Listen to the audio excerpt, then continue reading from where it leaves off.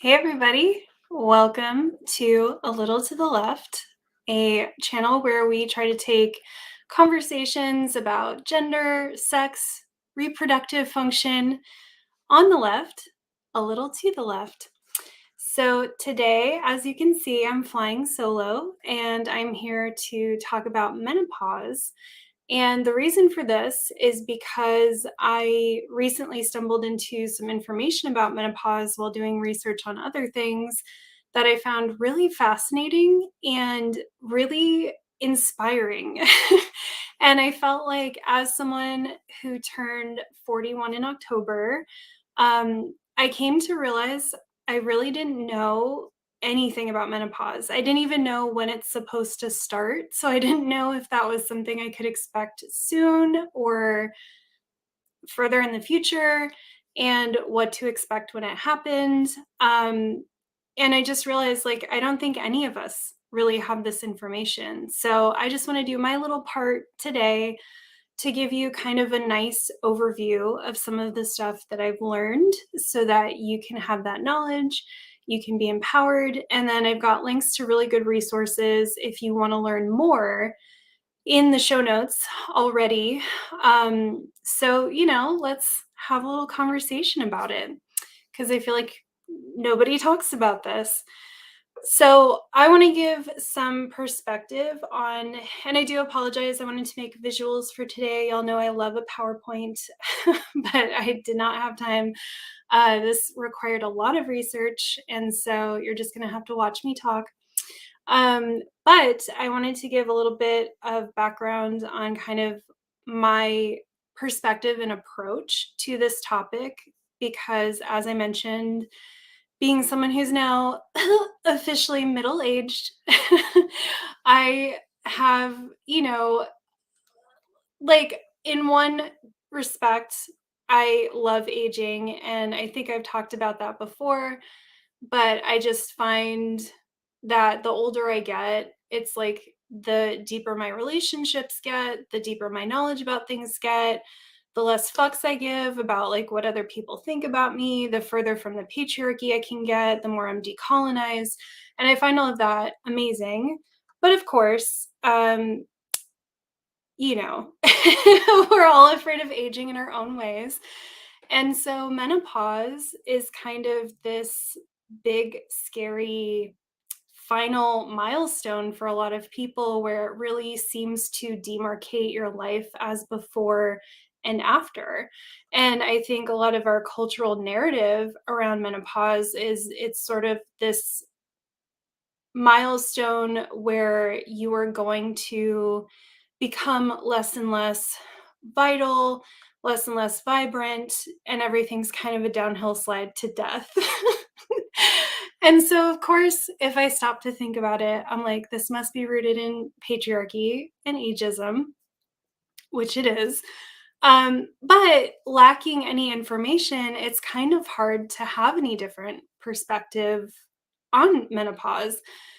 And for me, as an agender person, this was also kind of not really complicated, but I think I have probably more excitement for menopause than maybe some other people do because I have never wanted kids, never had them.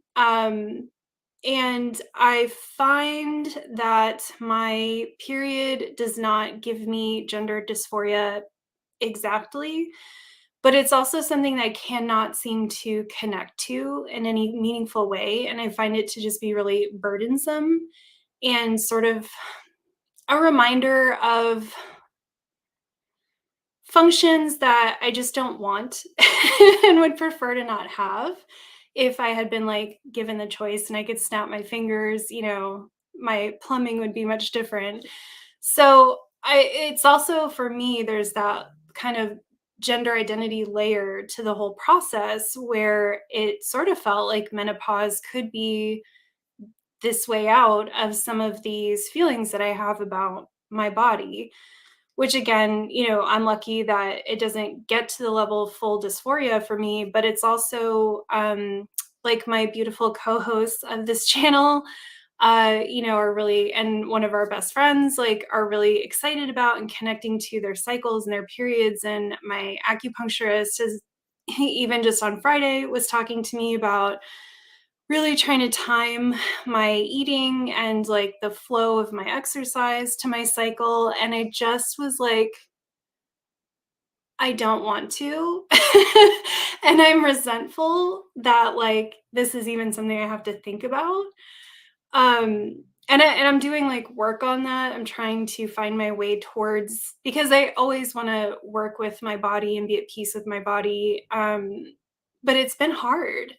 And I would love if anyone is, queer, trans, whatever, listening to this, if you relate, I would love to hear your experiences with this as well, because yeah, I have been really resentful that, my hormones change throughout the month and that I have to spend 5 days a month bleeding very heavily and having cramps and being so, probably spending about 7 days being really tired.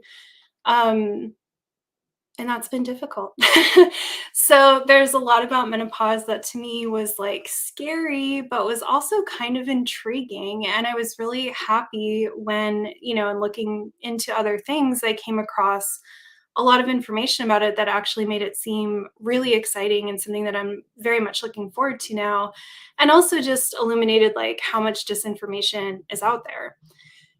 To that end, I went out on social media and I posted some polls around asking people, have you gone through menopause? What was your experience?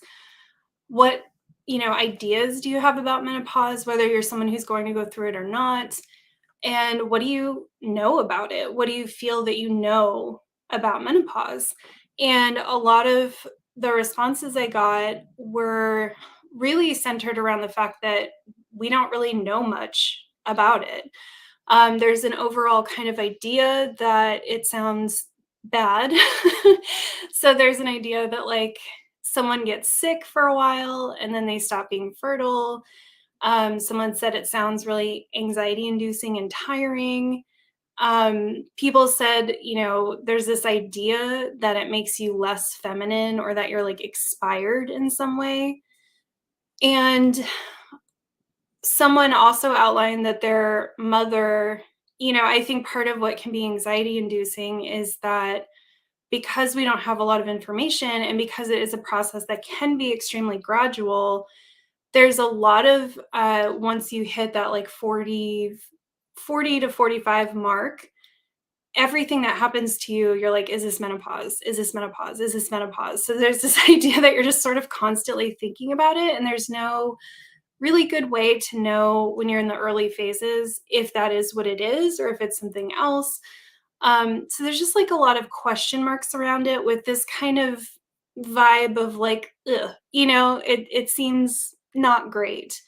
I didn't hear anything positive come through in any of the stories or the responses that I got. And I think that's very telling. And, these are all people who are like very leftist, very open to stuff.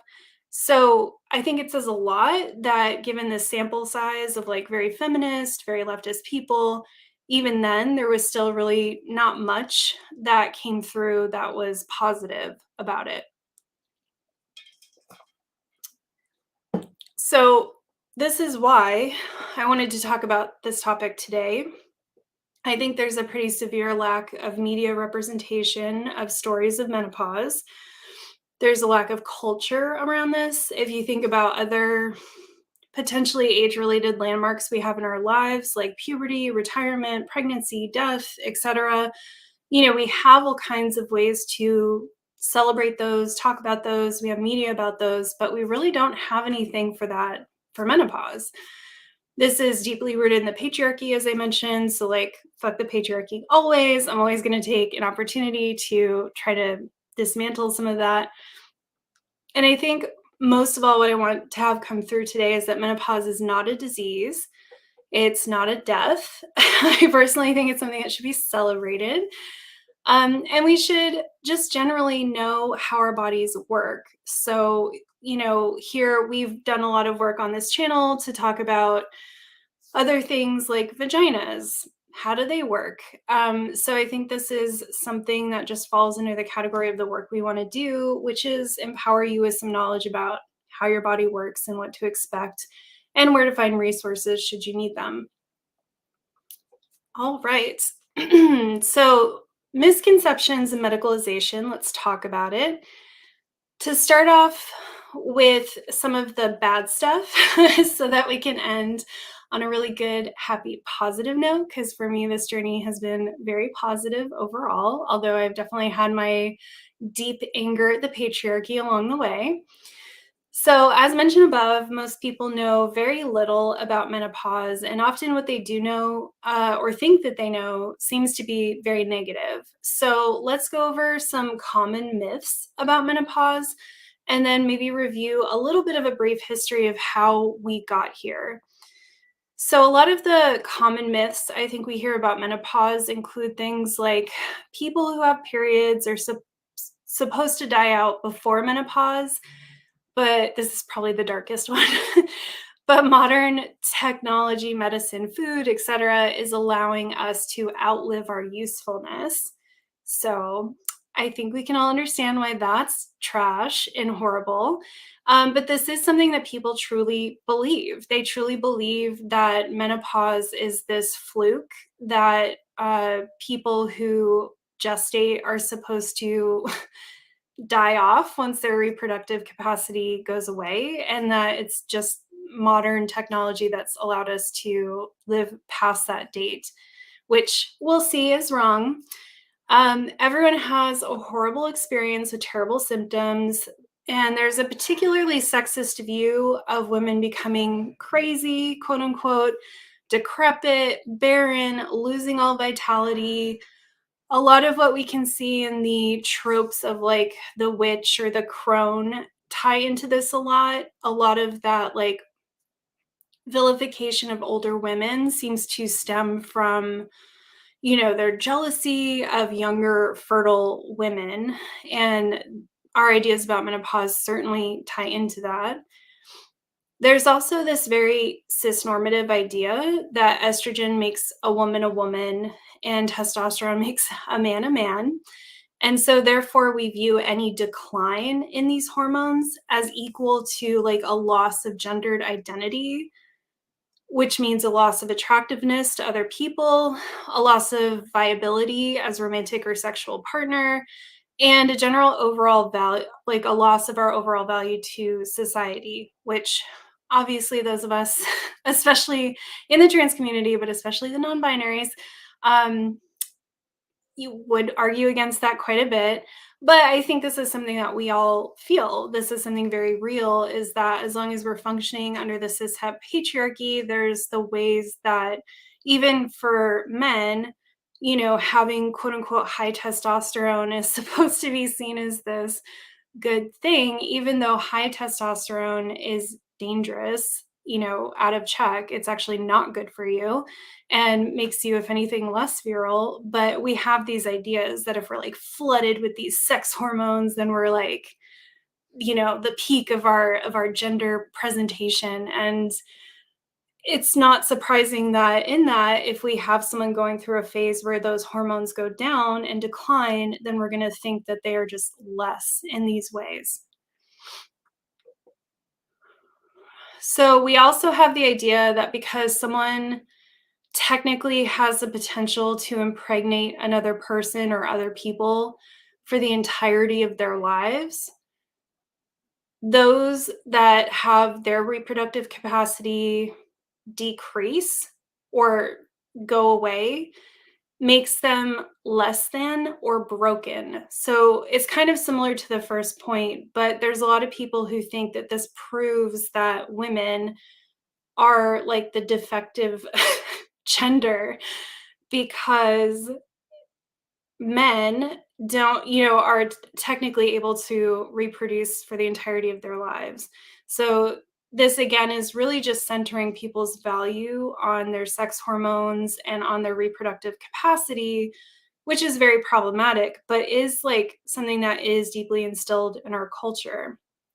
And we really don't talk about the ways in which, even though, yes, people who do produce semen can technically possibly impregnate people forever, that definitely declines as well. And it gets more difficult over age, and there becomes more potential complications with that. But I know, like, at my old job, there was this advisor.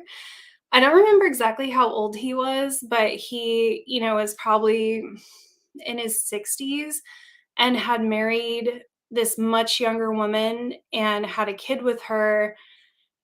And it was really fucking gross, like, how much he fetishized that, not the kid, but, like, having a kid at his age and the youngness of his wife. Like, he really thought it said something about him, and he would just go around to everyone. He would bring them to every function, and he would just show them off and be like, "Oh, do you think that's my grandkid? It's not, it's my kid. I did that. I made that." And it's like, "Great, your sperm works. I'm at a work function. I don't give a shit." But it's true, like, how much people can really base a lot of their, value on if they can still reproduce. So, of course, yeah, hitting a point where you just can't, like, it's official, you're done. For a lot of people, for the patriarchy can be seen as just a complete lack of value. And it's part of why it can be difficult if you're dating, in your 50s and above, to find men your own age or partners your own age that you want to date, because you, even to people your own age or even older, you're seen as someone who can't give them that validation that they want with the reproductive capacity. It's bonkers. So we also have this idea that, kind of in line with all of this, that estrogen decline is inherently a bad thing and not a natural thing. And that also the lack of awareness that too much estrogen is dangerous, just like too much testosterone can be dangerous. So again, fetishizing these sex hormones is a sign of value and vitality, instead of thinking like it makes sense if someone's reproductive capacity has been lowered, that their hormones that are tied into those activities would also be lowered, instead of seeing it as like, oh, like, you're falling apart and you're losing everything because your estrogen's down. And lastly, we just have this idea that it demarcates your life as a before and an after in a very negative way that I don't feel like we have with other cultural markers. So, for instance, puberty, is definitely a big marker in a lot of people's lives. It is when our bodies change. It is another process that can be really uncomfortable and have like really weird symptoms and make us feel, very emotional, and has a lot of the same kind of signs or symptoms as menopause, but we may demarcate like pre-puberty, prepubescent, because in some ways that is important, but we don't generally walk around referring to ourselves as post-pubescent, the same way that we will refer to people as postmenopausal. There's definitely a different connotation that comes with postmenopausal, and it's like you've crossed some barrier and you're just seen as this different thing that we don't apply to other transformations, again, like puberty. Let me take a sip. She's thirsty today. So, we have a history of medicalization of reproductive function and of female bodies, and et cetera, et cetera.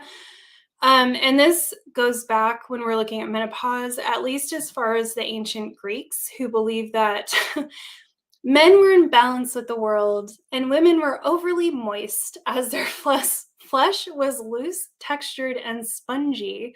So they absorbed excess fluid from their diet, and to compensate, they released fluid once a month from their uterus. Therefore, a cessation in bleeding or stopping bleeding was seen as very concerning to them. They were quite obsessed with this idea. Out of the 1,500 pharmaceutical recipes in the Hippocratic corpus, 80% of them related to menstruation. So this also shows that the women are supposed to die young fallacy that I mentioned before, like they're supposed to die out. once reproduction falls off, is wrong because in these records, some of these records, menopausal women and women as old as 90 are recorded in Greek, Roman, and ancient records. So they say generally what they think now is if anyone lived to the age of 45 back then they had a pretty good life expectancy of 65 to 75 years of age. So this idea that like everyone was dying as soon as their period stopped is just not true. Women have lived very long, and like, people with female biology have lived very long lives, for as long as we can tell, if they were able to make it to that age. And that has a lot to do with like, did they have proper nourishment? What were the living conditions, etc. Not so much like biology. It was more, living conditions around them. A lot of what we think we know about menopause and what was used in medicine for a long time was from research with giant scare quotes done in the Victorian era, which, we could say is medicine's flop era, where doctors would remove ovaries of female patients. It gets really dark. I'm not going into it today because I'm happy. I don't want to. But a lot of female patients had their ovaries removed. They had hysterectomies, a lot of times not exactly with their consent, and then they would observe their symptoms afterwards. So this knowledge was then applied to menopause. So they would say, oh, well, this person's, menopause, your ovaries don't work anymore. So that's exactly the same as us removing ovaries in these young women, which is not the case. And this is how hormone replacement therapy was pushed as kind of like a necessary thing and recommended for younger and younger women. Once in the 1960s, it became a pill because it used to be an injection before, and it was harder to administer and it had more risks and side effects. So once it became a pill, it was more of a viable product. And so menopause became very medicalized and became a big focus of the pharmaceutical industry as a disease that needed to be treated with medication. And I want to be clear, I'm not anti-medication. We'll talk about treatments and stuff, options later. But I do think that there's a lot of harm in trying to throw a pill at everything and making everything a medicalized issue that has to be treated, if that makes sense. It's like, to me, like if you're going to give kids who are having growing pains, if you're trying to like make a pill for that, it's like that's just part of growing up. That's just part of your body changing. So anyway, nowadays it's common for everything and anything to be attributed to menopause, and for younger and younger menstruating people to be told that their symptoms are just super, super early onset menopause, instead of recognizing them as signs of what they probably are, which is likely metabolic and endocrine dysfunction. So I just really want to stress this point. Um, they have created a bucket basically labeled menopause. And when they see a, person that, a female bodied person come in, anything that comes out of their mouth, if they're in a certain age range, they say it's menopause. It's menopause. It's menopause. And this is really distressing because we fortunately are making great strides in research on endocrine and metabolic dysfunction, but this is something that can block. This is the ways that medicine can be very biased and very inaccurate. So if you're going in with the assumption like you are connecting all of these things to menopause, you are not seeing what the root cause is. You're not actually researching in a way where you're open to what is actually causing this. And that's the problem with a lot of research that's done today, is it's done to prove a theory rather than to like test a theory. And people are not allowing the evidence to emerge. They're specifically looking for what can we isolate that could then be put in a pill and sold to people. And when you're looking at something like metabolic dysfunction, it's a system-wide kind of thing. And there are medications that, can maybe help a little tiny bit, but it's really a thing that has to be treated like holistically. And pharmaceutical companies don't like that, so research isn't funded for that. So I just really want to stress how fucked up it is to go try to get medical treatment for things that could be very serious, even life threatening, and to be told that it's like this thing that, I mean, I've heard that even women in their 30s or people in their 30s are being told that they're like just super premenopausal. And it's like, what are you saying? That is ridiculous. And we see this all the time with like medical sexism, medical racism. It happens a lot, but I just really wanted to like hammer that home that we need to pay attention, because as you age, if this is something that applies to you, you may be in a position of really having to advocate for yourself. If your doctor's like, oh, that's just, like I've been told many times, that's just age. And the first time I was told that was when I was 25. And I'm very mad about it, because now that I know what was going on with me, I know it was the early and very obvious and common sign of metabolic dysfunction. And if my doctor had listened to me and been curious and been more educated, I could have caught the issues I was having when I was 25 and not be 41 trying to deal with them now with the whole mountain of other issues that I have on top of it. So I'll get off my soapbox, but I just wanted to make that point that, this is how people are medicalized. It's like our entire experience is just put, dismissed, labeled with something that's unavoidable, and we're sent home. And it sucks. So let's talk about the good stuff. What is menopause? What is it? So many of us don't really know beyond you just stop getting your period.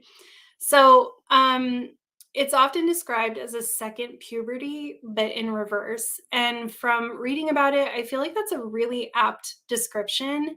And I think we should really look at it and celebrate it in that sort of way. It is literally a change, and it transforms your body into functioning differently than it did before.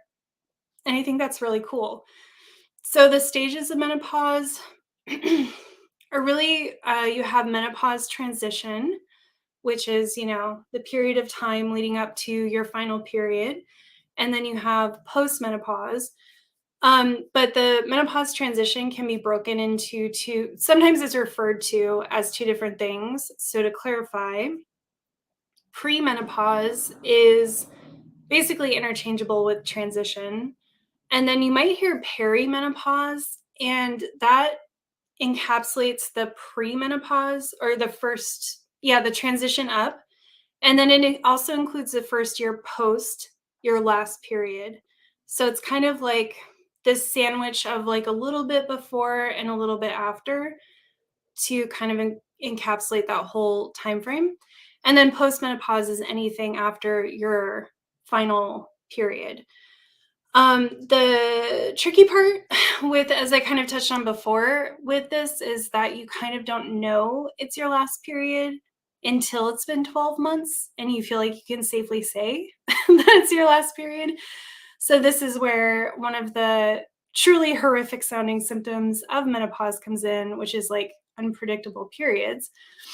But it's important to note, as we talk about the phases, that for people who get, the privilege to live to a ripe old age, they will spend 1/3 to 1/2 of their life postmenopausal. So just like chew on that for a minute. That is huge. Like half of your life is spent in this thing that's seen as a death and a decline and an end, but it's half of your fucking life. So that's what I think is so cool about it. And what's so exciting about it, if we could embrace it, is it really does demarcate literally the next half of your life, like the next phase of your life. And I think that's really exciting.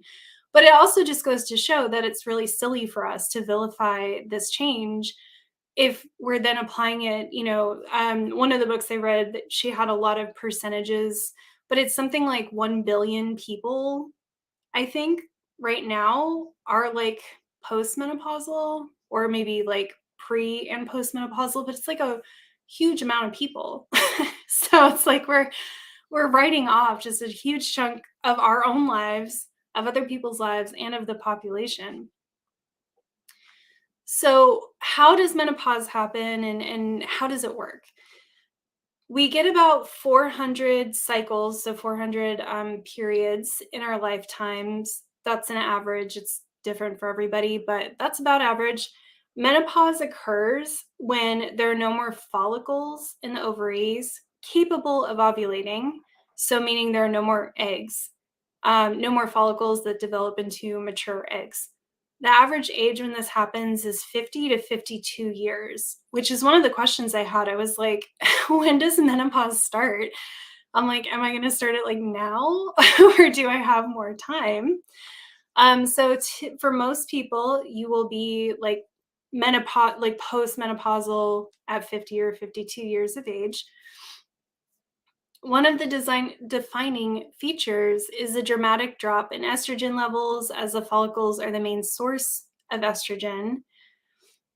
I have some doctors who kind of like disagree on this point, or kind of how they represent this point. But anyway, this is from the Menopause Manifesto, which I do highly recommend, and I've linked below. So she says one of the defining features is a dramatic drop in estrogen levels. The follicles are the main source of estrogen. It's the drop in estrogen that causes many of the symptoms and medical concerns unique to menopause. However, there's new research that suggests other hormone changes are also important. And as usual with the body and these things, it's rarely one thing that you can point to. It's usually like, as I found out on my very complicated health journey, it's usually a lot of stuff together. Our cycles become sporadic as we approach menopause because our body takes longer to produce a mature egg. This is a complex process that requires a lot of effort and coordination in the body. It's a group effort to find the best follicle. And as we age, this process can take longer and longer. So, this is why we see that someone may start having very irregular periods. And usually they'll start having a lengthening cycle or skipping periods. And if you watched the Sex and the City reboot or whatever it is, Just Like That, which I do not recommend, although maybe that's a hot take. I know some people did enjoy it, but I did not. But one of the things I did enjoy on that show is they showed, I think it was Charlotte got, I think they call it a flash period, like a period just out of nowhere after she hadn't had one for a really long time. And this is pretty common. And this is one of those things that's like really hard to deal with menopause, because if you haven't had a period in 6 or 7 months, you're probably not carrying around, you're not wearing like a pad or have a tampon in or a menstrual cup all the time. You're not supposed to. So if it just hits you, it hits you. And it's said to be, usually these flash periods are extremely heavy too. So it's not just like a little drop and then you can go deal with it. It's like, pretty bad. But this is why, is because your body now has to really like cultivate. There's a lot of signaling going back and forth with the brain and the ovaries. They're calling the follicles, trying to find ones that they think, would work to bring to maturity. And so it can just take a lot longer. When you're younger, your body's able to do that on a monthly cycle. When you're older, and you're starting to run out of follicles, then it takes a lot longer. And that's what adds to that unpredictability. Medically speaking, the menopause transition is the time leading up to final menstruation period. And again, that final period marks menopause, and everything after is postmenopause. Menopause transition is the most difficult time for those who experience strong changes with menopause, because there is an accelerated loss of follicles, alteration in hormone production by the remaining follicles, and changes in signaling from the brain.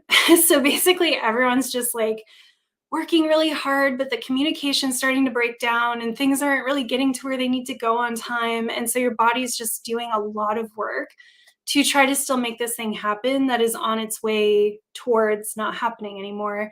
And that's where you can get, a lot of the like hormonal shifts in mood and things that can just be hard to deal with because your body's just doing a lot and sending a lot of hormones around trying to get this stuff to work.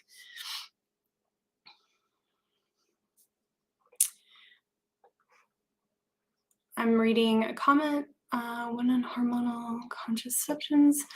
You know what, Em? This is a great question. So Em asked, when on hormonal contraceptives, you don't release any eggs. Does that mean menopause is pushed back or do the eggs die off? I actually don't know. And in the stuff that I went through, I didn't come across that, but I did wonder that myself because oh boy, I was on I was on everything. I was on the pill, I was on the shot, I was on the ring, I was on the patch. Uh for a long time, like a large portion of my life. So if our body preserves the eggs, I might be in trouble. I might not go into menopause until I'm 60. But I haven't heard I feel like if that's how it worked, then I probably would have heard that by now. But I don't know. It's a really good question. And I think that that actually could be part of why there is such a range and they're just not, they can't pinpoint it like exactly when it's going to happen for you. I really do feel like that could factor into it.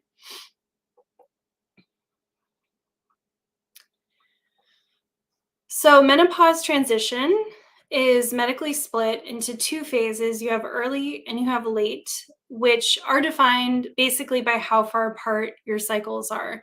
The early phase will see people starting to have their cycles lengthen by 7 or more days and may start skipping periods on occasion. It's that time frame where you're like, it could be stress, it could be my diet, it could be like a number of things. And then if you're in that middle-aged kind of age range, then you're like, or is it menopause? I don't really know.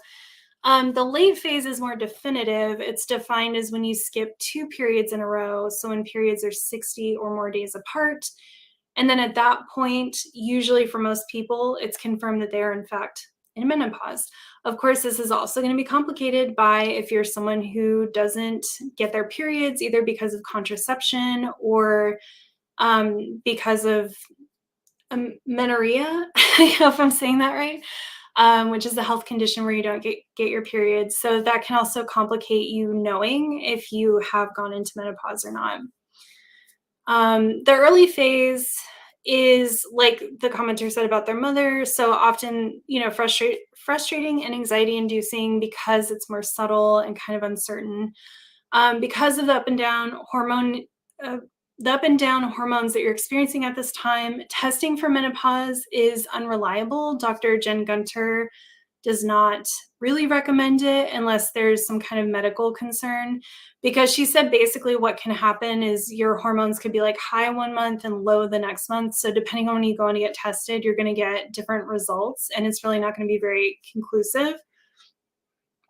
So again, unless there's some kind of concern where testing your hormones makes sense, it's usually just better to talk about symptoms and find someone to work with who knows about it, and also just sort of, kind of wait and see. When someone starts skipping 2 menstrual cycles in a row, so again, that puts them into the late phase, there's a 95% chance that they'll have their final menstrual period within the next 4 years. So even in the late phase, there's a lot of guesswork. I guess it's confirmation that like, okay, within 4 years, I'll be postmenopausal. But that's still that's still a long time to wait, and that's still a long time to deal with periods that like are coming and going out of nowhere and can be heavier and heavier and more like instant when they do come. Like I really don't know how you deal with that. So let's talk about what can happen during menopause transition. I had a lot of thoughts while I was putting this together about the language that I'm using. And for me, I was thinking about how we talk about puberty, for instance, and I feel like we probably more often talk about like the signs of puberty or like what you'll experience during puberty rather than like the symptoms of puberty. So I struggle, like, I don't want to necessarily call these symptoms, but at the same time, it's really difficult to not say symptoms in certain contexts. So just putting that out there. I think our language could use some updating on how we can talk about things with like without overly medicalizing or pathologizing them. I think about that a lot with like my autism, where it's like generally like how my brain works, I love and I like, but there are some things that can be difficult to deal with. And I know for other people, there can be things that are very debilitating. And so it's kind of hard because I don't want to talk about autism as like a condition with symptoms. And I always like cringe when I hear people say, cures autism or whatever. I hate that. But it's also hard sometimes to try to talk about certain things without using that language. So I think we all need to like have a brainstorming sesh and come up with different terminologies so we can talk about these things without sounding like we're just medicalizing everything or making everything a condition that needs to be cured. But anyway, all of that was a very long preamble to say, let's talk about signs slash symptoms of menopause transition. So, as I mentioned, it's really important to note this varies wildly from person to person. Some find menopause pleasant, while others have intense and very long lasting effects. So, some people don't even know that they went through menopause, like they literally have no symptoms and they feel great. And other people, it's like a decade of really tough stuff. So, I cannot stress enough like how varied and unpredictable this is. I think there's some factors that impact that, which I'll talk about in a little bit, but yeah, it's hard to know what your experience is gonna be until you're kind of in it. Dr. Gunter says there's a link with menopause and two categories of things, symptoms and medical conditions. I'm emphasizing link with, it's not caused by. It's not like a causal, she's saying like these things are connected in the data, but we don't necessarily know exactly how or why. Symptoms include abnormal menstrual bleeding, we've talked about, hot flushes. These are often called hot flashes. Dr. Gunter does not like the word flash because she said for her, it was not a flash. She's like, flash makes it seem like it's instant, it's like 1 second, it's come and gone. She said it's much longer lasting than that. And for a lot of people, it feels, she likes the word hot blooms because it seems like it's just coming out of like, it's like blooming up through your head. And she said it can actually feel like a panic attack. And then your brain is telling your body that you're hot, but you're not. So your body does all the things it does when you're hot to try to cool down. It flushes, it sweats, it does all these things. And then once it passes, you're usually freezing because you were never hot in the first place. And now your body's done all this work to expel heat. And then you find yourself, wet and freezing afterwards. So that's what like a hot flush is, or hot flash, you would hear a lot. Night sweats, sleep disturbance, insomnia is a big complaint, brain fog, vaginal dryness, pain with sex, decreased desire for sex, and joint pain. So that's what she listed as common symptoms. Depending on where you go, you can find lists that are as long as like 60 symptoms. It's pretty out of control. And even with hers, there's a lot there that like could definitely be caused by other things. And she acknowledges that. The medical conditions that she's very concerned about that are, again, linked with menopause are heart disease, osteoporosis, depression, metabolic syndrome, type 2 diabetes, genitourinary. I looked up how to pronounce this twice, and of course now I forget. I think it's genitourinary syndrome of menopause. So this is what used to be called like vulvovaginal atrophy, and it's issues with your genitals, basically.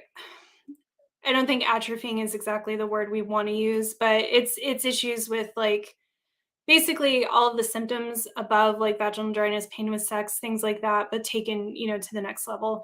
And UTIs are another medical condition that's common with menopause.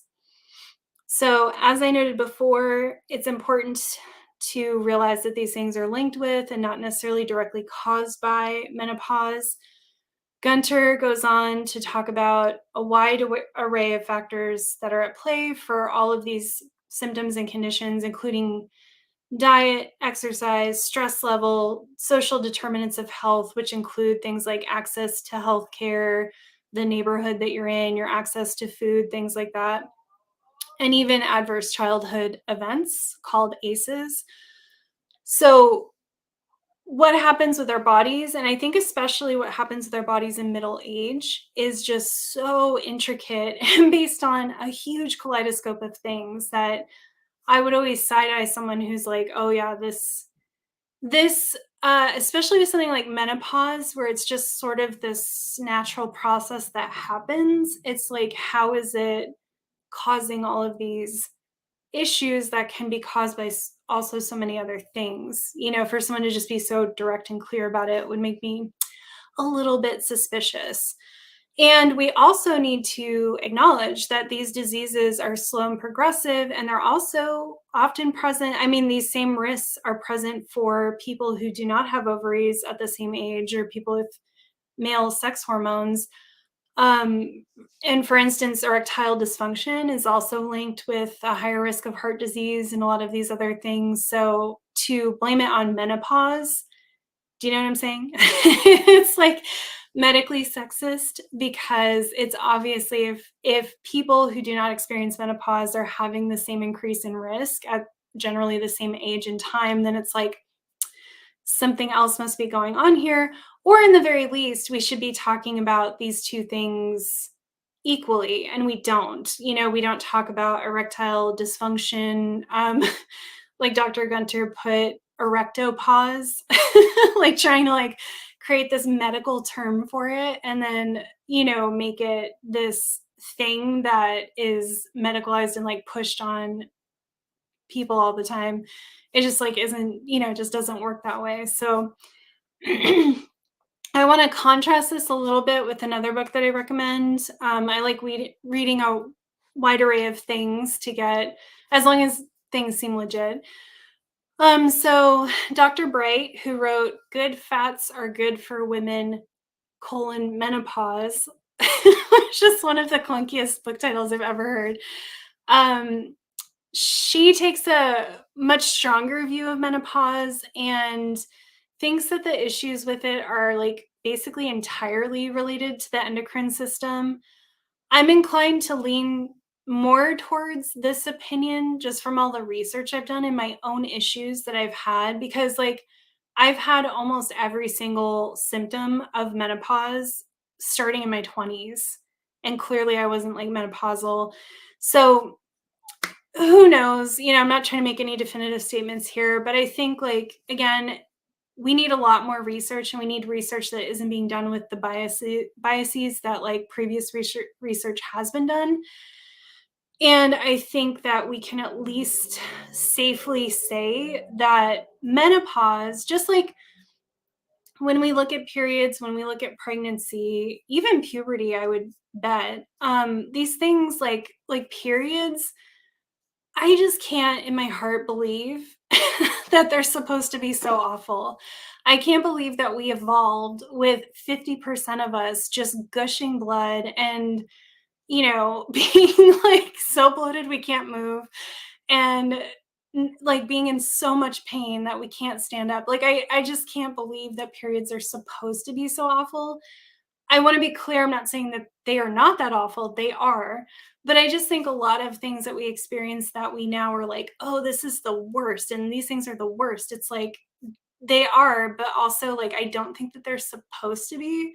So I think this is what Dr. Bright's getting at, is like, not that menopause isn't hard and that the symptoms of it can be really difficult, but also that she thinks when you're having these really intense symptoms, they're probably not actually coming from the menopause. It's probably like timing and endocrine issues and metabolic issues that you've had for a long time, and the issues have been building up, and now it's kind of cascading into, whenever your body's going through a big change and it's not in a good healthy state before that change happens, it's going to make everything much more difficult.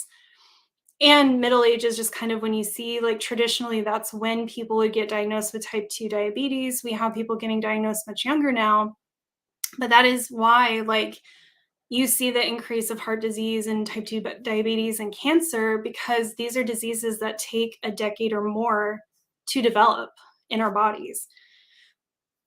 So just putting it out there. I'm like, it's hard to walk that line of like fashy eugenics and like empowered health information. And I'm always like trying to, define that for myself and stay on the right side of it. But I do think like we should not have to accept so much pain and suffering in our lives over things that are supposed to just be like normal parts of our life experience. That's how I feel.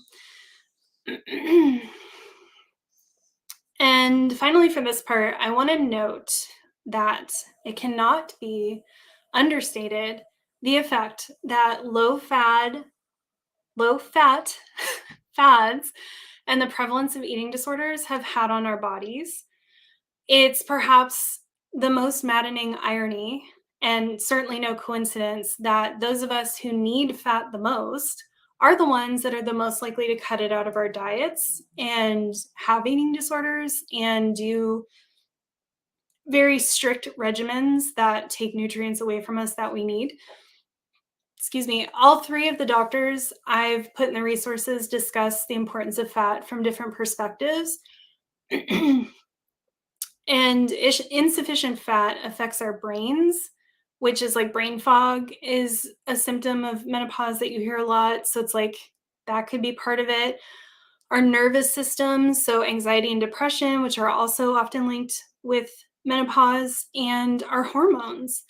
So I just really want to put a big old highlight on that, because it is one of the really insidious ways that, our bodies are damaged by the patriarchy. Mexi did a video on her channel about her experience with eating disorders and the patriarchy.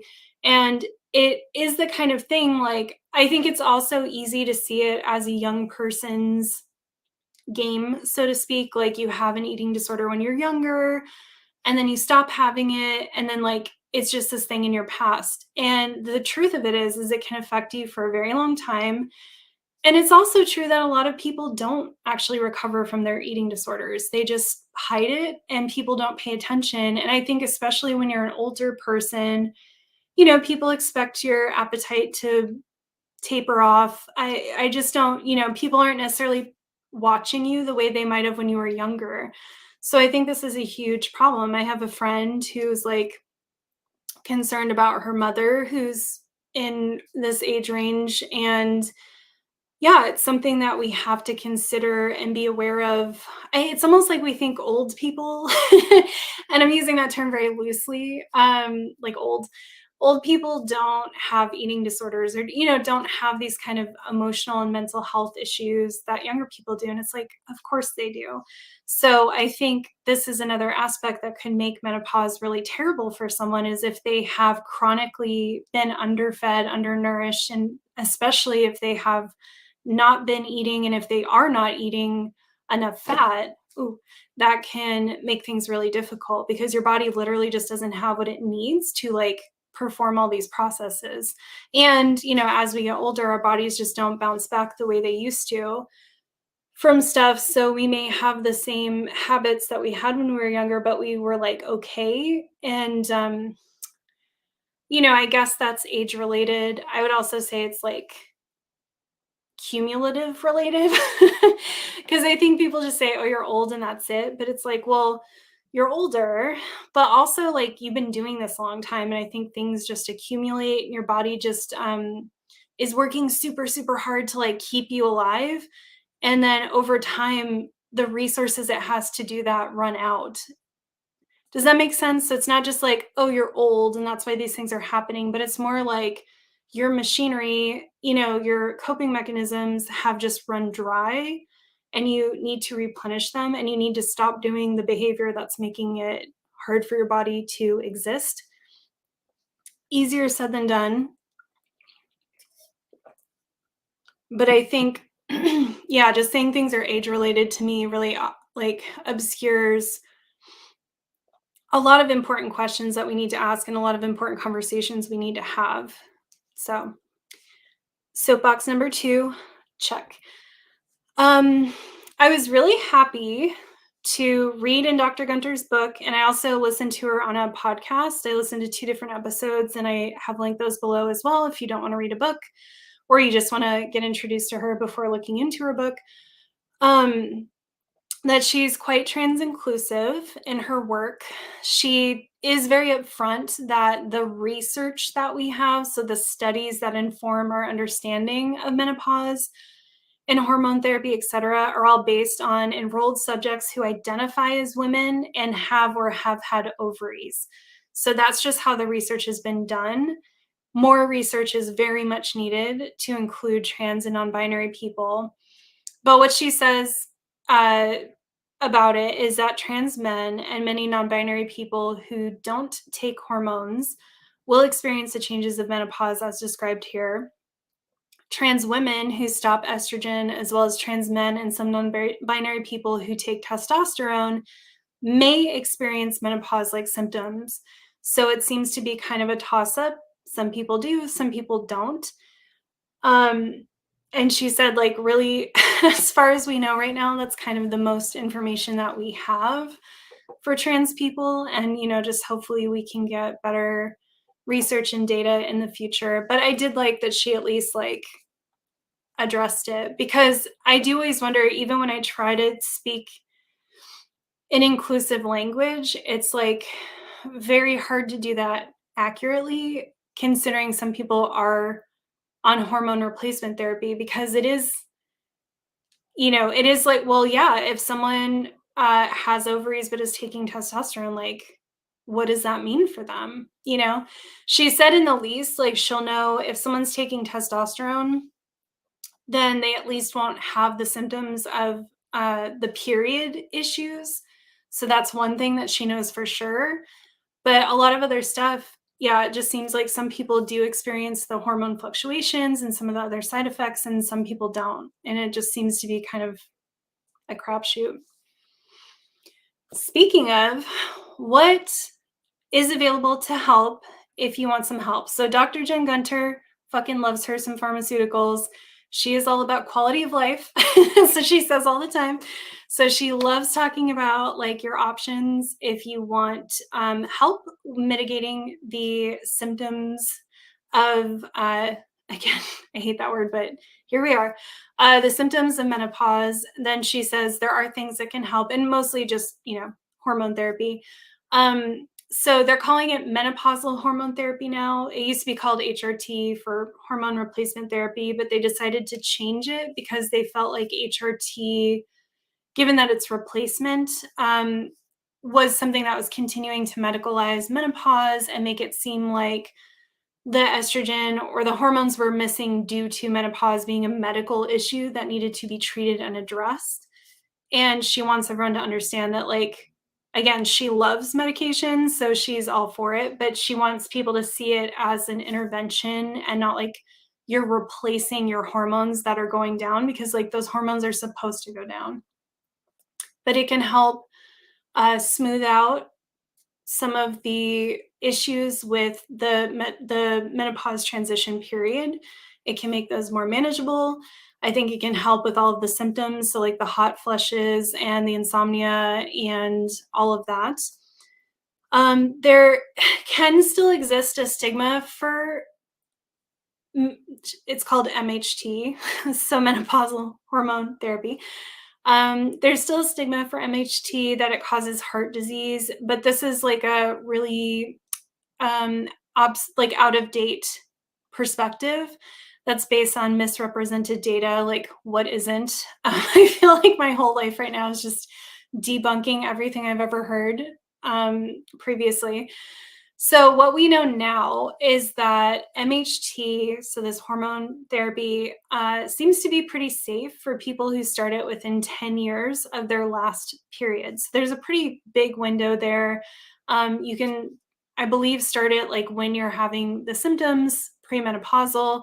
But you can take it up to starting 10 years after your last period. If you feel like, oh, I've gone through menopause, it's been a while and I still feel off, like I feel like my body hasn't rebalanced, and this would be helpful. So that seems pretty safe.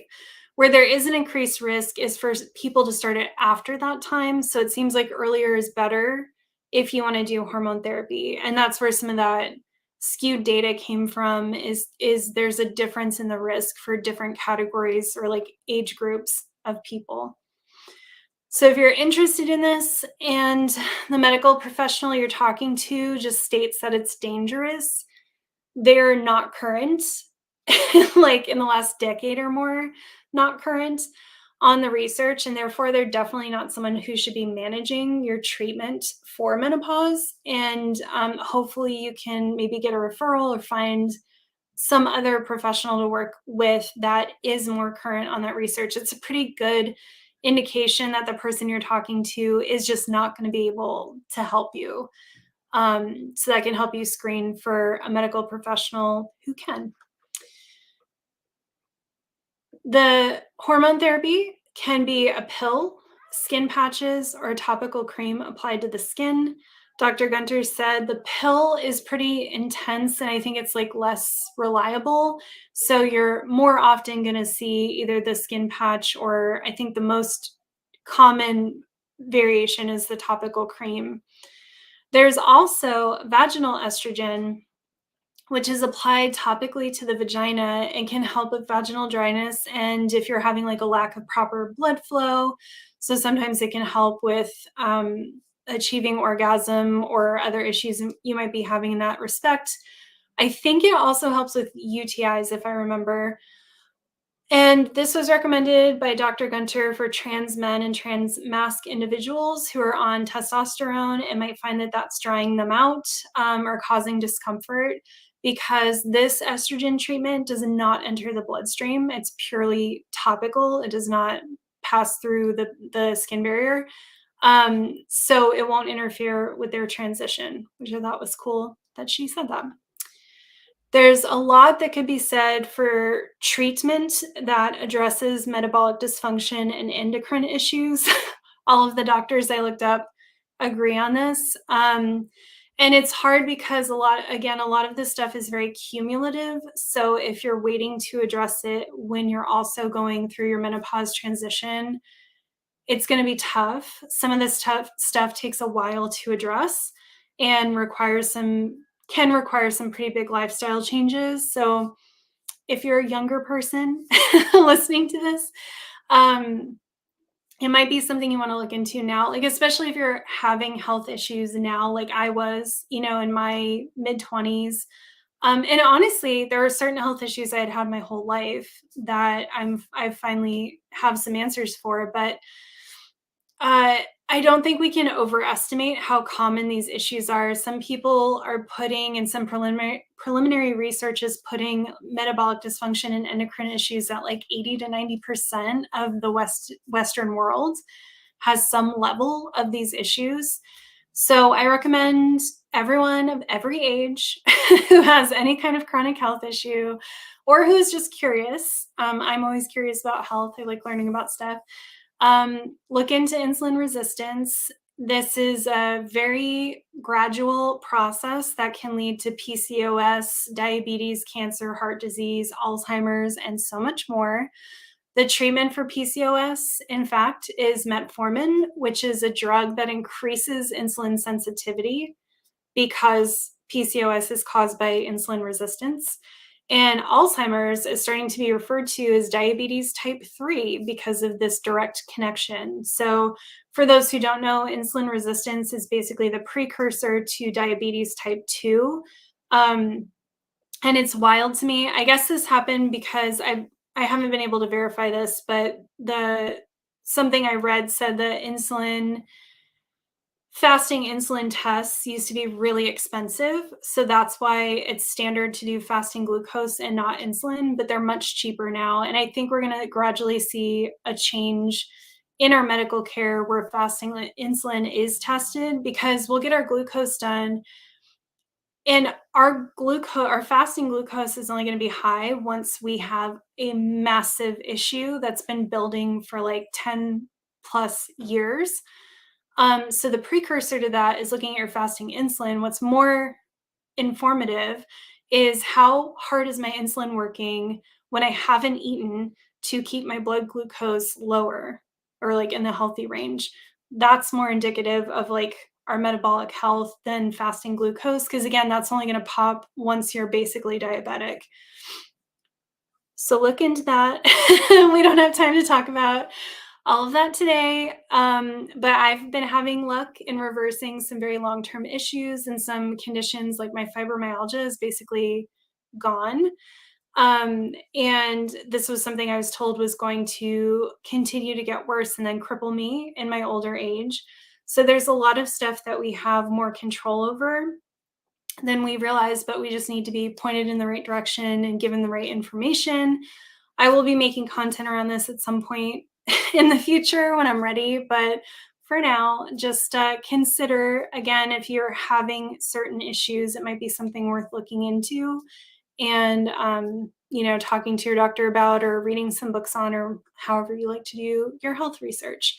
But I think like that's again started in menopause or premenopause would be fine. I think it'll still help, but I think that is a huge thing that all of us could do to have like better periods, better pregnancy, better menopause, like better all of it because estrogen, insulin, blood glucose are like so intricately tied together and even our fat tissue is involved in the process, our adrenals are involved in the process. So if you're having issues with those systems, like you're going to have a lot of hormonal reproductive related issues as well.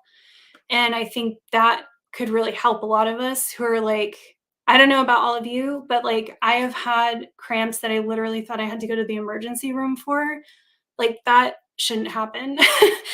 No one should have to live that way. So if we have the ability to, have these interventions, I think great. So post-menopause, what is this life like after? The ovaries cease producing estrogen. So this is where everyone gets this idea that we're estrogen deficient for the rest of our lives and our lives are over and we're less attractive because we don't have that estrogen just plumping up everything and making us wet and ready. And listen, so it's true, estrogen production does go down, but I don't understand why people don't think we've shut down our reproductive functions, which are the entire reason that we have way more estrogen than people with different parts, right? So, doesn't it make sense that our estrogen would be less if it's not being used by these functions because they're no longer happening? Then, like, shouldn't our levels go down?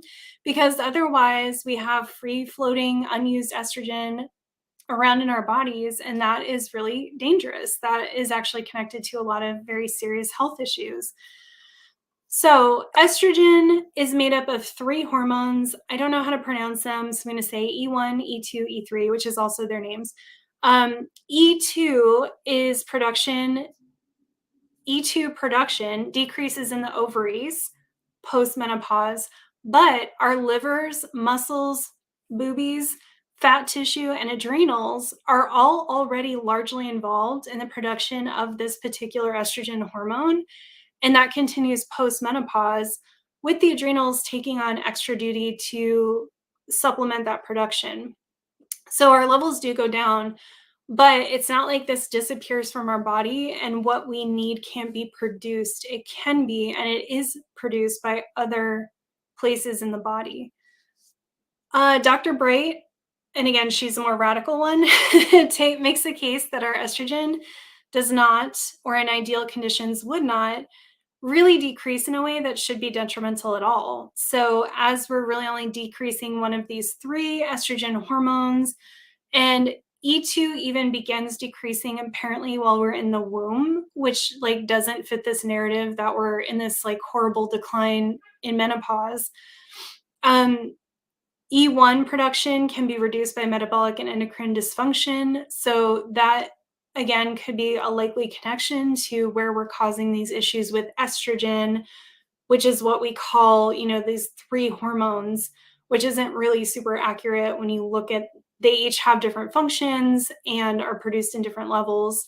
But this could be what's causing these estrogen related issues in middle age, could again be the metabolic and endocrine dysfunction. All right, let me catch up on a few comments and have a little sippy sip.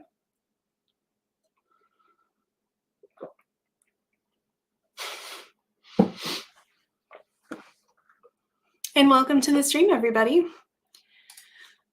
I will say, not to out myself, but this is a very, very low viewership for us. And I think, I'm not complaining, but I think that is pretty indicative of like menopause as a topic, and just how disinterested people are in learning it, or how viable it's seen as like something to talk about, which I think is interesting. M said this kind of brings back the feeling from beginning of puberty and when I had my first sex education in school of why do we get all this and cis boys get nothing? Absolutely. Absolutely. So, I forgot to bring up, I guess this fits in this part. I could have just pretended and you guys wouldn't have known. The sexism of it all, I think is pretty apparent, but I wanted to highlight a few things. And one of the members in our Discord community, well, my Pink Spots Discord community, sent me an article from the UK where apparently they just tried to pass a menopause, I think it was like menopause leave or something, so that people experiencing really bad menopause could like have medical leave from work. And apparently it got shot down because some right-wing people were saying that it was discriminating against men who have midlife crises. And it's like, everyone can like have a midlife crisis, first of all. And it's also, I just never understand that stuff because I'm like, fine, then pass a law about midlife crisis. Like, who cares? But it doesn't mean that we shouldn't have things. Anyway, I guess that happened like very recently and has been in the news. But it's interesting because again, it's kind of like what I was saying before with like signs versus symptoms, or how do we talk about this stuff? It's like, I don't want to medicalize it, but then at the same time, it is really hard to deal with. And I've always thought that, like, I wish that I could get even just work from home privileges for when I would have my period and it would be so difficult, or like, have like time off to deal with that. So I don't know. I don't know what the answer is, but yeah, I just thought that was quite ridiculous that the men were like, we go through stuff in our 50s too. And it's like, okay. So pass your own fucking law. Anyway, media. We see just a complete lack of representation for menopause in media. I don't think that's a controversial statement. In doing this work, I was thinking a lot about menopause as kind of, because I was looking at like men, as like a category. And I feel like for men, retirement is kind of like their menopause in a way, because I feel like retirement, men are often defined by their productivity, their wealth, their financial success, and their career success, and like what they do for a job. And so I think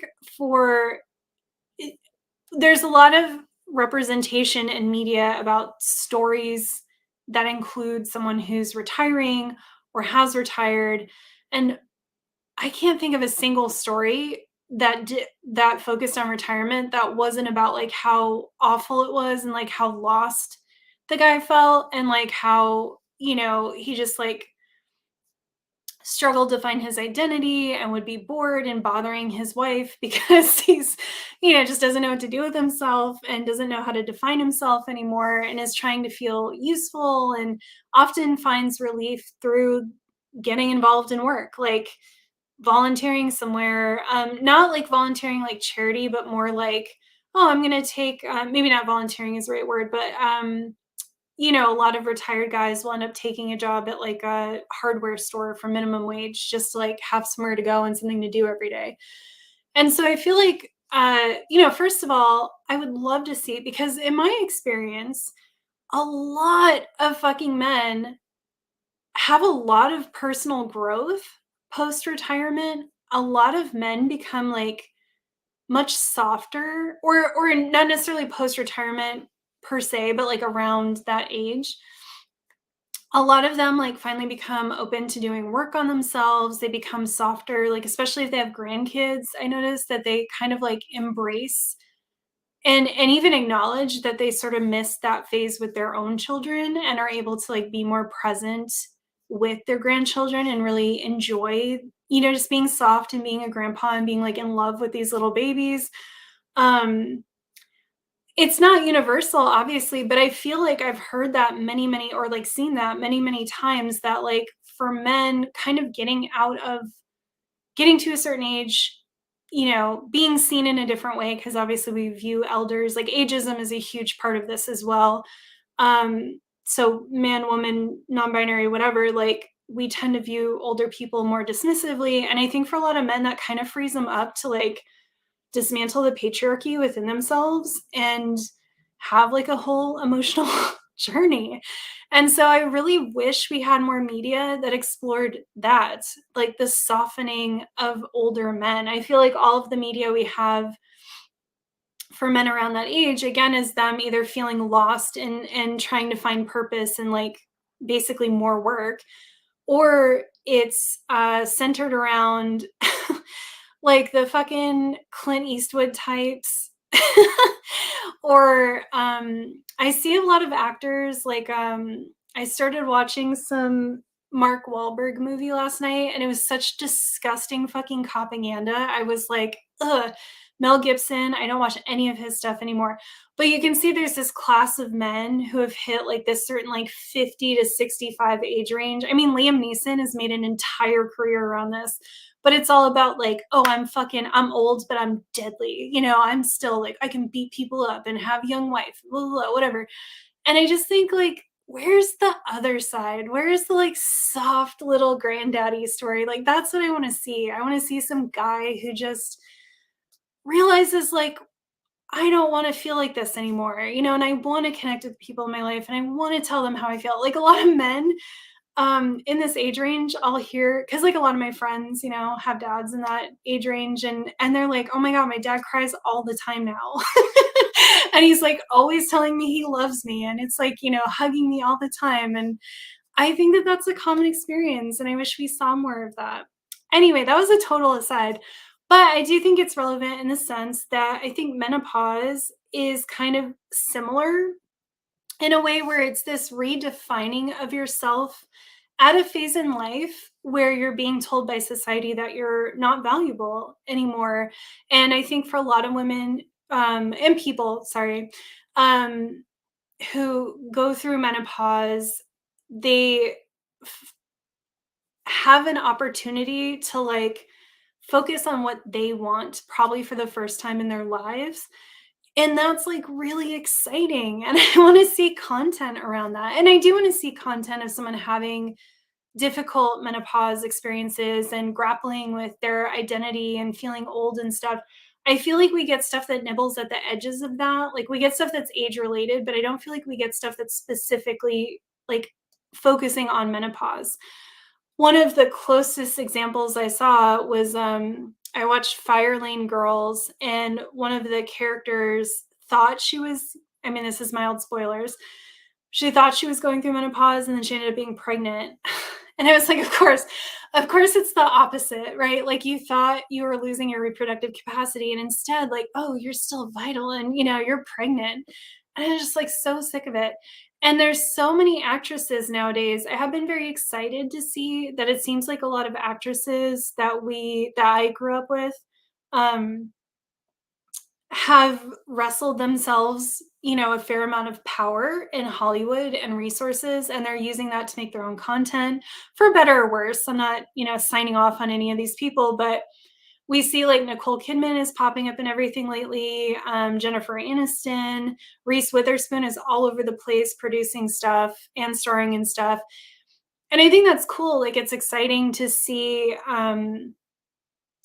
women in that age range like really still be main characters and like writing these stories.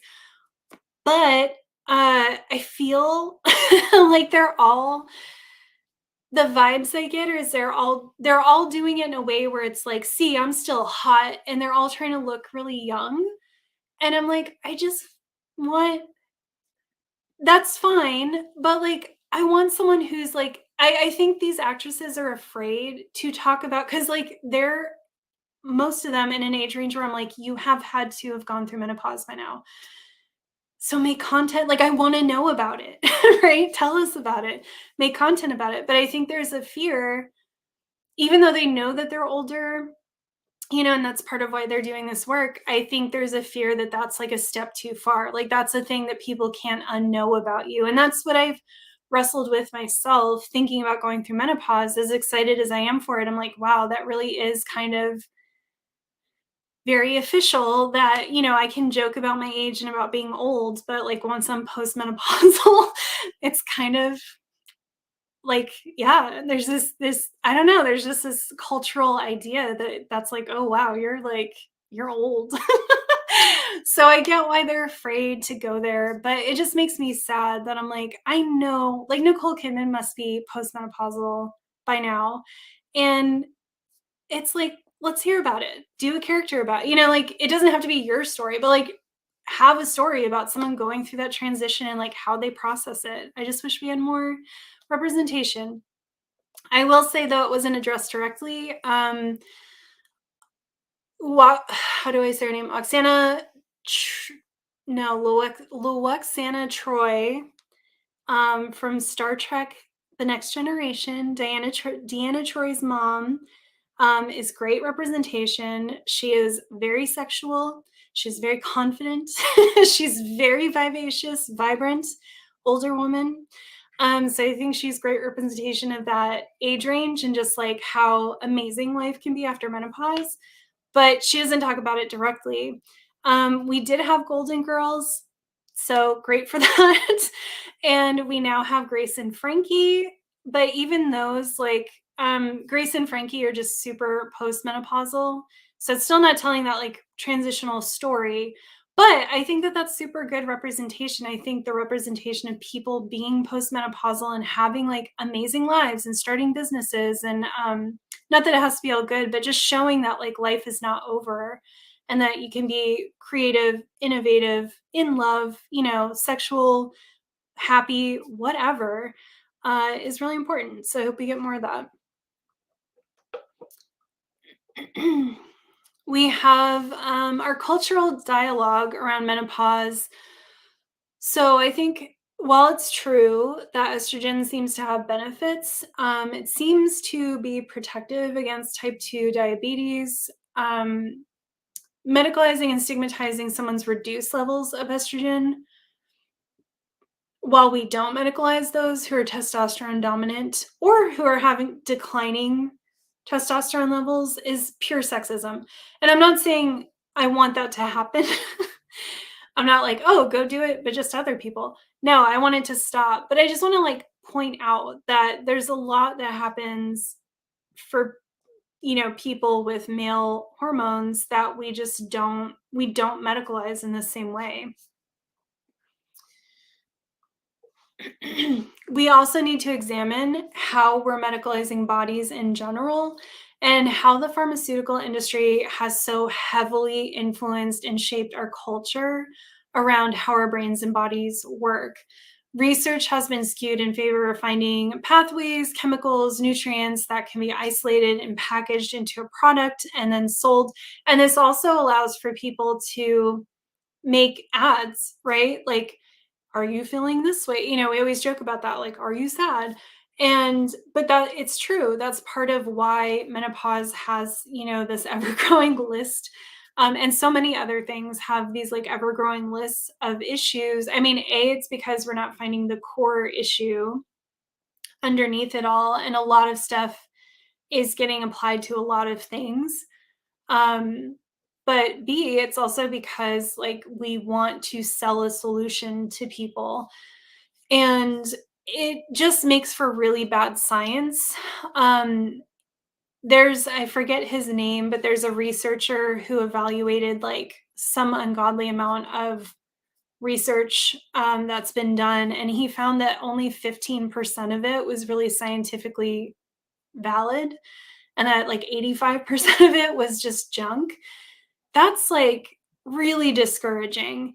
And I've come to realize as well that people are able to publish books on like with research and nobody's fact checking it. So that's been very difficult for me in my journey because I'm a layperson. I don't have this education. I don't know how to look at a study.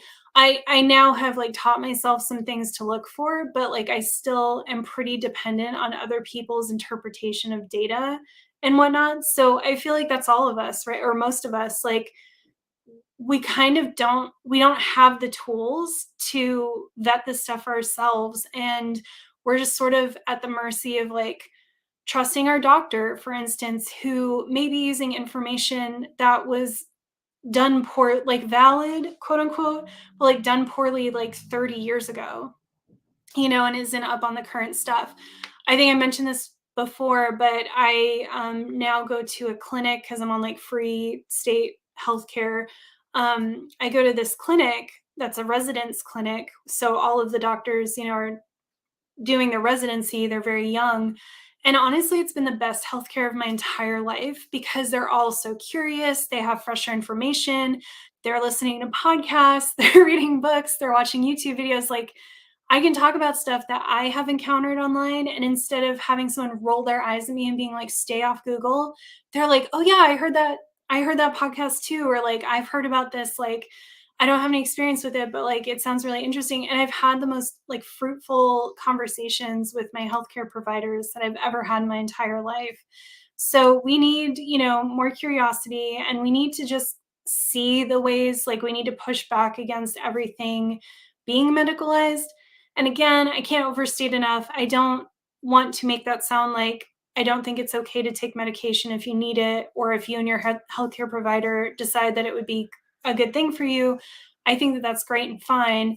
But, we also need like good research being done so that we can figure out how our bodies actually work and what can actually help us feel better and like live our best lives. Because I do think the other side of that as well. And I'm actually always constantly fighting against this because this is what I'm more inclined towards, because for some reason drugs and medication just do not ever work in my body the way that they're supposed to. So I've sort of just grown up like knowing that I need to find some other solution. And then that opens you up to like charlatans and social media influencers who act like they know what they're talking about, but they actually don't. And you get that whole other side of it.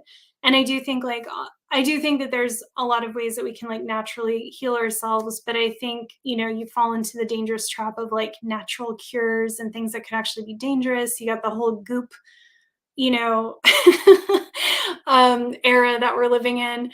And I think that, that's in direct response to this over medicalization of everything, and just knowing that you're not getting information that applies to you specifically, and you're not getting information that's helping you at all. So anyway, I wanted to wrap this up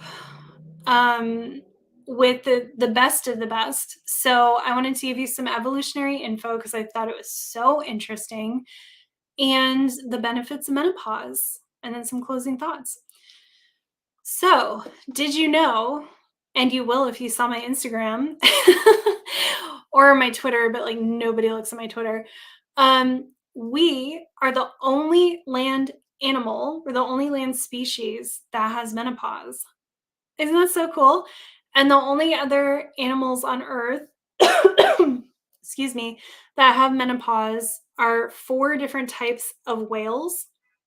So there's orcas, aka killer whales. My friend was like, how fucking badass is it that killer whales also have menopause? It was just like, yes, I love it.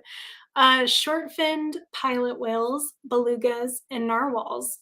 So orcas, for instance, the females live into their 90s, which is like more like 5 decades or more after menopause, 4 to 5 decades, while most of the males only live into their 50s. And this is like accounting for, this is what they biologically can live to. Um, there is, by Kristen Hawkes, something called the grandmother hypothesis, because this is scientifically fascinating. When you see, this is how incredibly rare it is to see a species that is allowed to live without reproductive capacities. So for scientists, this is like catnip, like what is going on here? So one of the so far seemingly best supported, obviously it's not proven, I don't know if we can prove it, but seemingly the most accepted hypothesis out there right now is the grandmother hypothesis, again by Kristen Hawkes. And there seems to be a lot of data to show that families, and this was taken whether human or whale, and this was taken over different swaths of time using different information. So it seems like it's a pretty consistent trend. Um, Families have more offspring when a grandmother is present.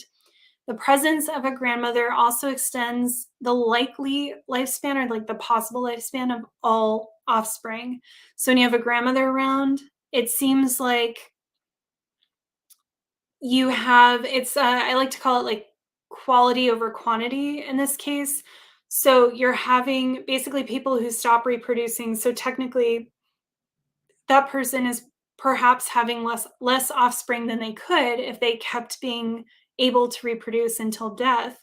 But the beneficial trade-off is that they seem to increase the likelihood of infants being born, infants surviving, and making it into, adulthood, which I think is just really fascinating. So they were saying that grandmothers are shown to be phenomenal gatherers and foragers and keepers of all kinds of knowledge, as to say where the best food grows. They might have medicinal knowledge. They might have experience with something happening during childbirth, or, just anything that can happen in life. It's like they've been through it and they've seen it. So they have a lot of knowledge that is extremely valuable to their community. And it makes sense that it would be evolutionarily beneficial for them to stick around and continue to disperse that knowledge to the group. But they're also like, apparently with the Hasda tribe, the grandmothers in the tribe return with more food than that of the teenagers or of the females in the reproductive prime. So grandmamas be producing. And I want to be very clear, I don't think someone's value should be based on like their cognitive abilities or their physical abilities. But I do think that this is just interesting to look at from, to counter these arguments that like we're supposed to die the second we can't have babies. And also the idea that like older people in general, and older women maybe specifically, are like useless and have nothing to offer because nature has something else to say about it. Nature's like, no, they're great. And I built in a way for them to stay around. So grandmothers are also great at helping moms and parents take care of babies and small children. So they help like reduce that workload, allowing perhaps like someone who has given birth the chance to recover better, like re-nourish, sleep better, move around more, just like have a better time of it. So they kind of help like lighten the workload for everybody and just expanding the capacity of everyone around them. And this is on purpose. When we look at other mammals, they're born with infinite follicles. So, like if you look at apes, they have infinite follicles, but we are born with a set amount. So, from a scientific viewpoint, this is on purpose. And I just think that that's super fascinating and I love it. The benefits of menopause, I mean, it's kind of, again, all of this depends on like your overall health, your access to resources and things like not going to be able to do a lot of this stuff if you're, unhoused, if you're financially insecure, if you're very chronically ill. Some of these things may not apply, but this is like what we have the capacity for. So, reproduction is incredibly energy intensive. That's probably the most obvious statement ever. But, throughout pregnancy, nursing, even having your menstrual cycle, there's a huge demand for nutrients from our body. That's why we get tired a lot too. It's like a lot's going on and we don't have a lot of energy for other stuff. A lot of us get, terrible PMS, terrible cramps, postpartum, just all kinds of things that we're dealing with anywhere from several days on a regular basis to like years after a certain event. So it's a lot. So being free of all of that actually does open up extra resources in the body that you can use for other things. So a lot of people claim that they have more energy after they get kind of post menopausal. They have more mental clarity. They feel also like they've achieved a certain place in their career where they have really good knowledge and they feel like really in a good position to be in a move up or start their own company or whatever it is, but they feel confident that they've acquired a lot of professional knowledge over their lives. And a lot of people also have more energy and mental space because they're not just from the physical ramifications of reproduction, but also from having kids that are in college or have moved out of the house. I know in this capitalist hellscape, it's hard to say when parenting ends, right? So many of us are like living with our parents again, or never move out. But even so, you're not taking care of little kids anymore. So you have a lot more just like space and energy. You can kind of focus more on yourself. Again, focus on like your career, your passions, whatever. And a lot of people feel really empowered by that and feel like they can take whatever it is they want to do to the next level for the first time because they're not having to focus so much on other stuff or just being drained by other stuff. As I mentioned, I'm really excited from a non binary perspective to not have my cycle anymore. And even though our hormones still fluctuate, I think more than testosterone dominant people, it will be less, and I'll be able to kind of like be in a more even keeled space, which is what I want. I may not have to worry about like timing things with my cycle as much, for instance, which is really what I want because I'm a chaos agent and I don't like having to be that on top of things and organized. So I think for all of us, like I really want us to see menopause as a new beginning and not an ending. Definitely not a death of anything, unless you want to frame it as like a death of stuff that you don't want anymore, then fine.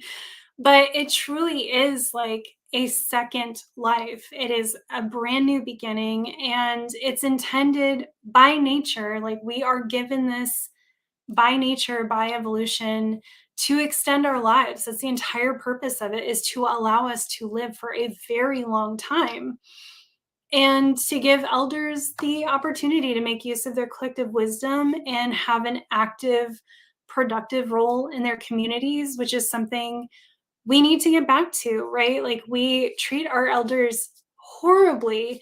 And, I think going back to like, not to medicalize old people, but like going back to if we can have better education about metabolic health and live healthier lives, and if we can smash capitalism and the cishet white patriarchy and all these other things, but if we could live closer to something that would allow us to not have so much chronic preventable disease, then I think like we could have people more active and just having like a better time. And again, that's not to say like we don't need to stop being ableist. We do. Everyone has value.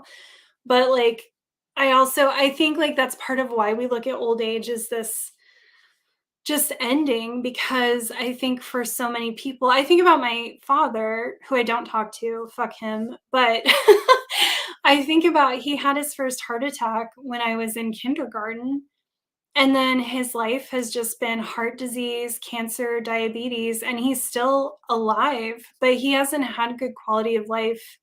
I mean, I would argue ever, but like definitely hasn't had good quality of life for 40 plus years. And I think I hope this is coming across right, but I think like a lot of people are living that way. And I was starting to feel that way. I feel like I haven't had good quality of life since I was in my early 20s.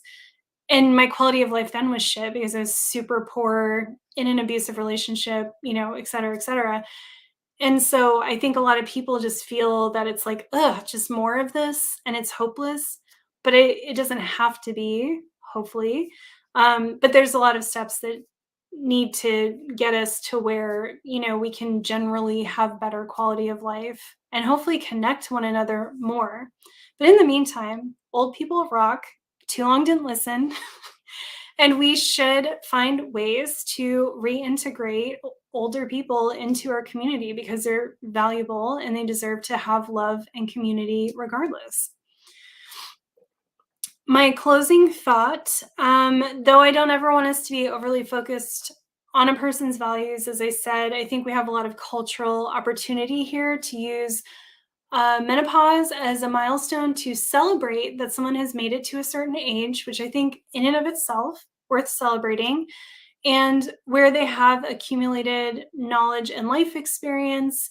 And now we're riding around in a body that might have some extra resources to divert to their interests, their careers, their loved ones.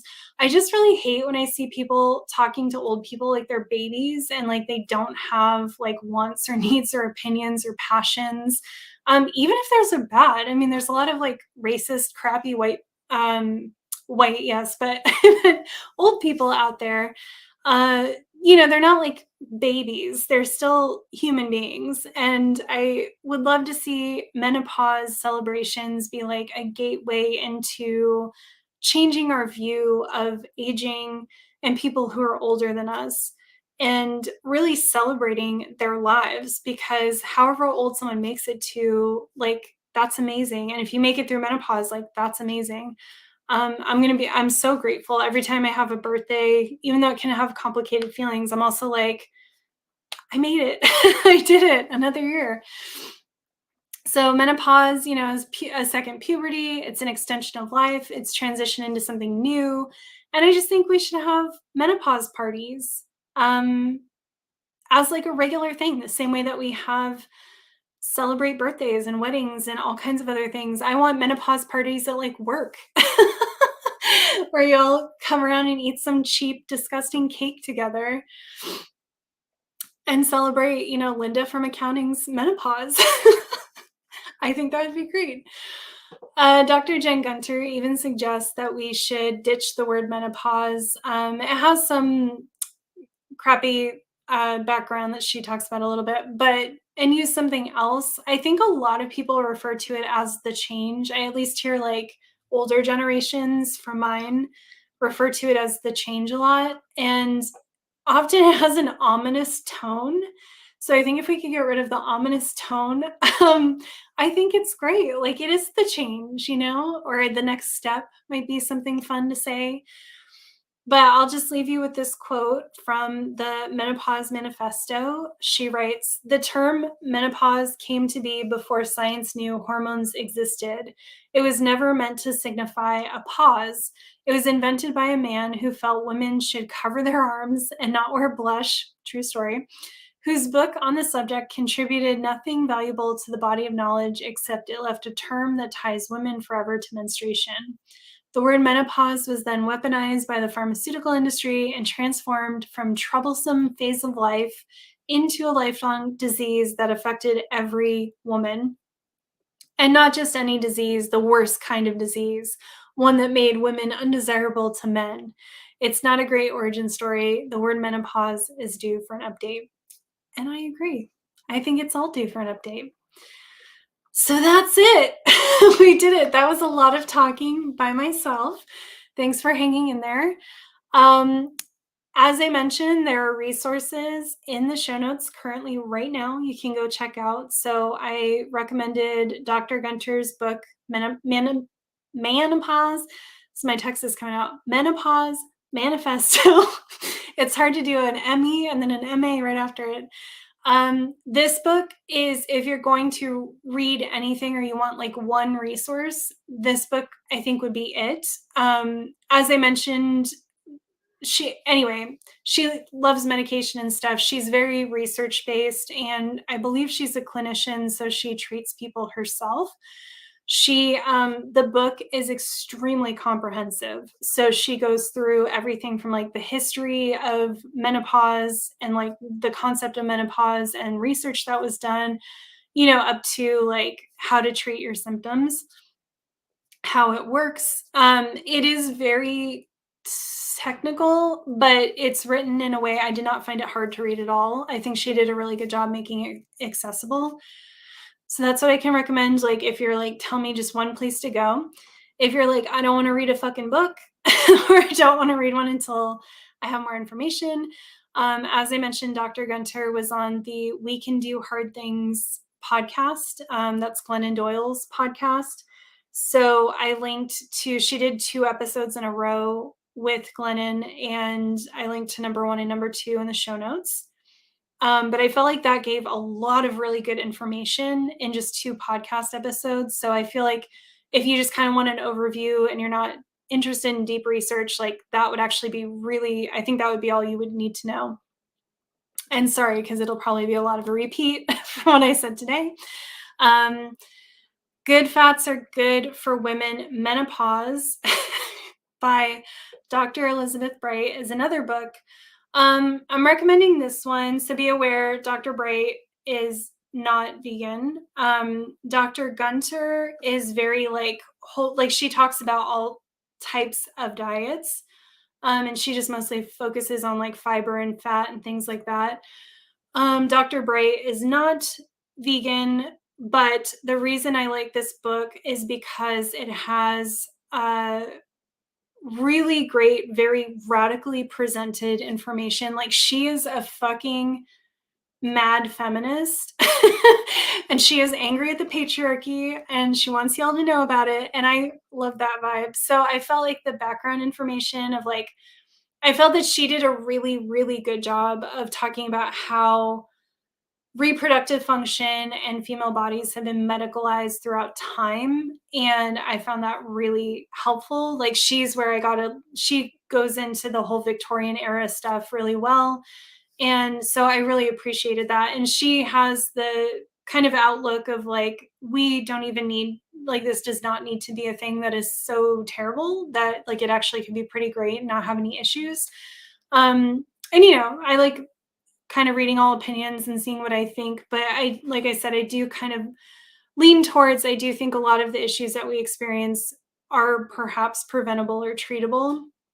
So I liked her viewpoint with that. I was recommended Dr. Aviva Ram, linking to the website that she has on menopause. I believe she is plant-based or primarily plant-based from what I read. But she has a podcast if you want to listen to that. I couldn't find an isolated episode about menopause, but the person who recommended her said that she does talk about the benefits of menopause like within her podcast, and she has a lot of resources on the website. And then last but not least, the Black Girl's Guide to Surviving Menopause podcast. Sorry. My digestive issues are kicking up. This is Omisade Burney-Scott. And this is a really great resource for people who are like very spiritual and want to explore that, like, yeah, like very spiritual side. It's obviously by a Black woman for Black women and trans people. And she talked about, like, I listened to the first episode. I just got recommended it like yesterday, so I didn't have time to go through too much, but she talks about decolonizing the crone, and she interviews a lot of different people, and then she also does episodes on her own. And I just found it, like, I'm not spiritual in that way but I still found it like really interesting, and just it's hard to explain the feeling that I get, but it's like a really good feeling when I hear someone who's just like really in their space, really trying to connect with other people and like doing deep work. And that's what this podcast gives vibes of.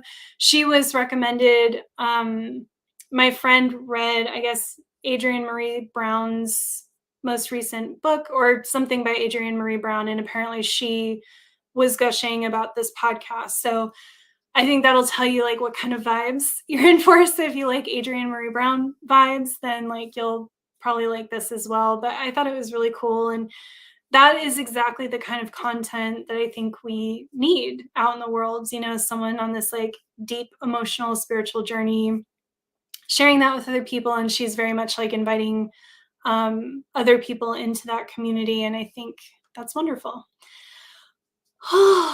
Okay. I'm gonna go and drink all the water and relax. But thank you all for coming, and I hope you found this useful. And I would love to know, you know, if you have any thoughts you want to share, any resources you want to share, any experiences you have now or far in the future. Like, I just think, you know, having a community dialogue about all this stuff would be really great. And I hope that you feel the way I feel, which is if you're someone who is going to experience menopause, that maybe you're more excited for it. I feel like so excited to start my second life, and especially that I have been working so hard to heal. You know, I was telling my friend, my wonderful friend Maureen, that I was really grappling with feelings of deep resentment that, you know, I'm now in my 40s. And again, we get so many age related negative vibes from people that you kind of feel like, is it even worth healing in my 40s?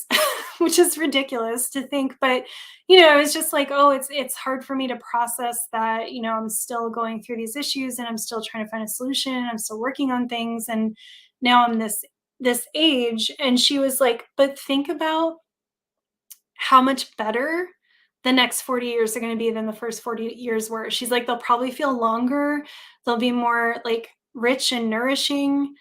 And I was like, dude, that is brilliant. Like, yes, because she's so right. You know, I had a fucking terrible childhood. I've not that I've had the worst life of anyone. I'm not trying to overemphasize it, but like, you know, things have not been great for most of it. And now things are like, aside from the massive health issues I've been having, like things are really good. And so, yeah, if I can step into this new phase and go through menopause and fix my health issues and all this stuff, I just think like I'm ready to have like my second phase. I'm so into it. So hopefully you're into it as well.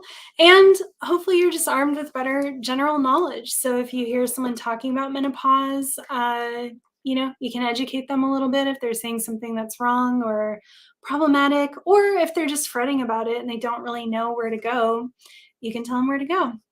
All right, babies. Thank you so much for coming today. I really